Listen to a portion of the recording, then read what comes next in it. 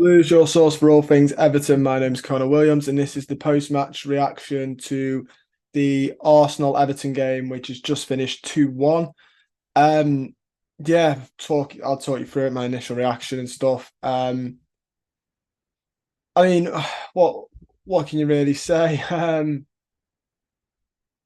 It was in one bit, it was a good game. Um, and then in the other bit, it's just so Everton. It was a nice Everton way to end the season, wasn't it? Um, yeah, I thought we played well. I thought we played well for 88 minutes of the match, or not even that, 89 and 30. It was like a 30-second moment of madness that undid it.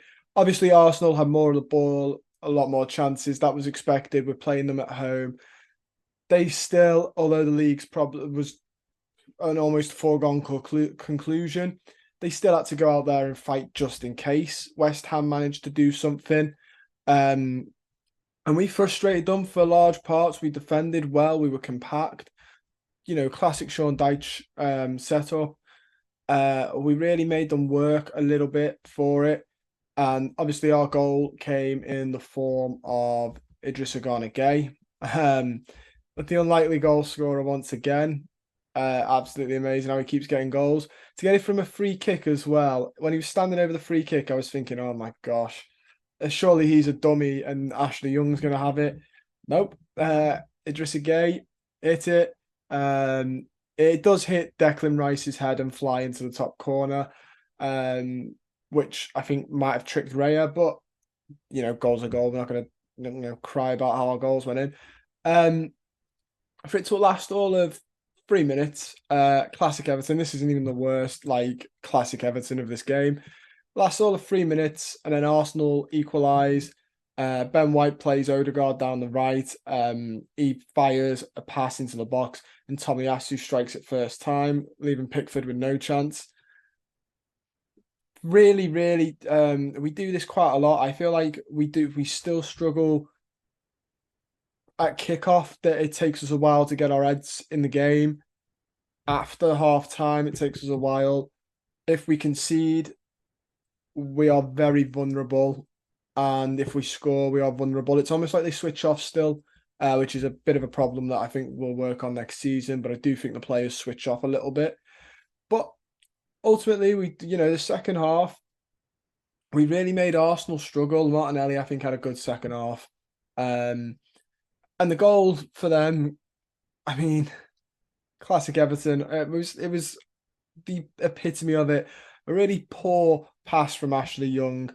Really poor. If you're going to hit it across like that, you've got to put more power on it. It was half-arsed. Got intercepted by Gabriel Jesus. Hits his arm quite low down on his arm. I'm saying it hits him here on just below the t-shirt line. On another day, that's a handball.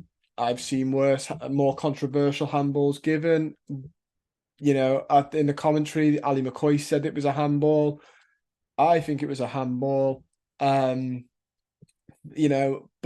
doesn't matter because Odegaard goes into the penalty area, flicks the ball past Havertz, past Pickford, sorry, for Havertz to blast in. They did go to VAR to check its decision, and the goal was given as it stands.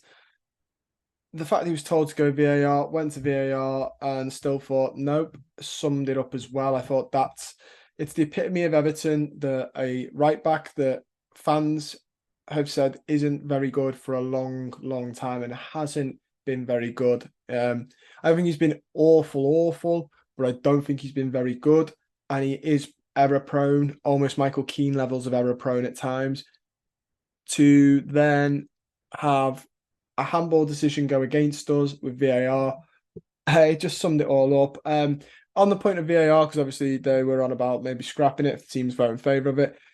This was the epitome of, it's not the technology, it's the people that use it. And it just summed up, though, what is the point in it? If we didn't have it, that'd have been a handball and it had scored. And we would be quite irked. We'd have been like, well, if it had VAR, that wouldn't have stood. But this just proves, even with VAR, it stood. Like, I'm fully on the argument if you get rid of it, next year we're all going to be moaning, going that wouldn't have been given under VAR.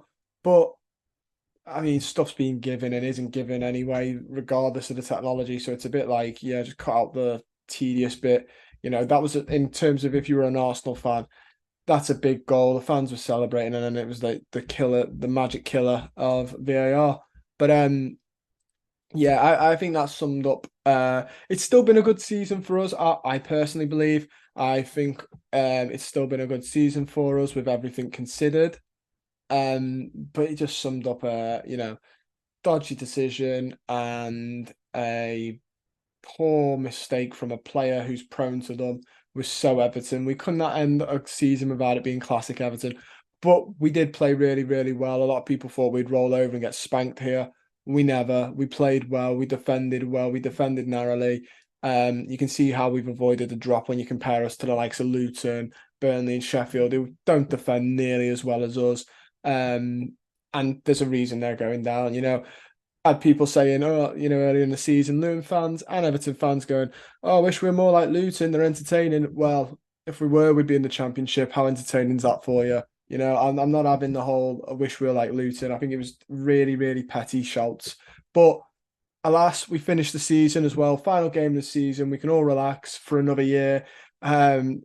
Still the ownership deal, but, for now, it's a nice sunny Sunday. We can go out, do whatever you're doing on your Sunday. I hope it's something nice. I hope the fans that were traveling have a nice travel back up.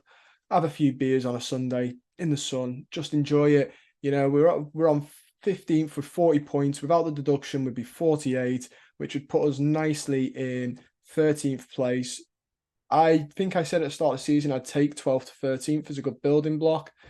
Obviously, everything else included, it's been tough, but it still is. I stick by that. That's still a good foundation to build on. Hopefully, we have the resources to build on it more. And if we'd finished 13th, we'd have been a little bit behind Bournemouth, where everybody's shouting about Areola, their manager. We would be level with Brighton, who I know De Serbi's leaving, but he has won his plaudits, and we'd only be 1 point behind Crystal Palace, who've had a very good run since Glasner came in. But still, they've gotten a lot of credit. Everton deserve the credit as well. But that's all we've got time for. Don't forget to like the video, subscribe to the channel if you're not already, and comment your thoughts down below. Last game of the season, Blues, it's over. Go enjoy yourselves, have a beer, and I'll see you soon.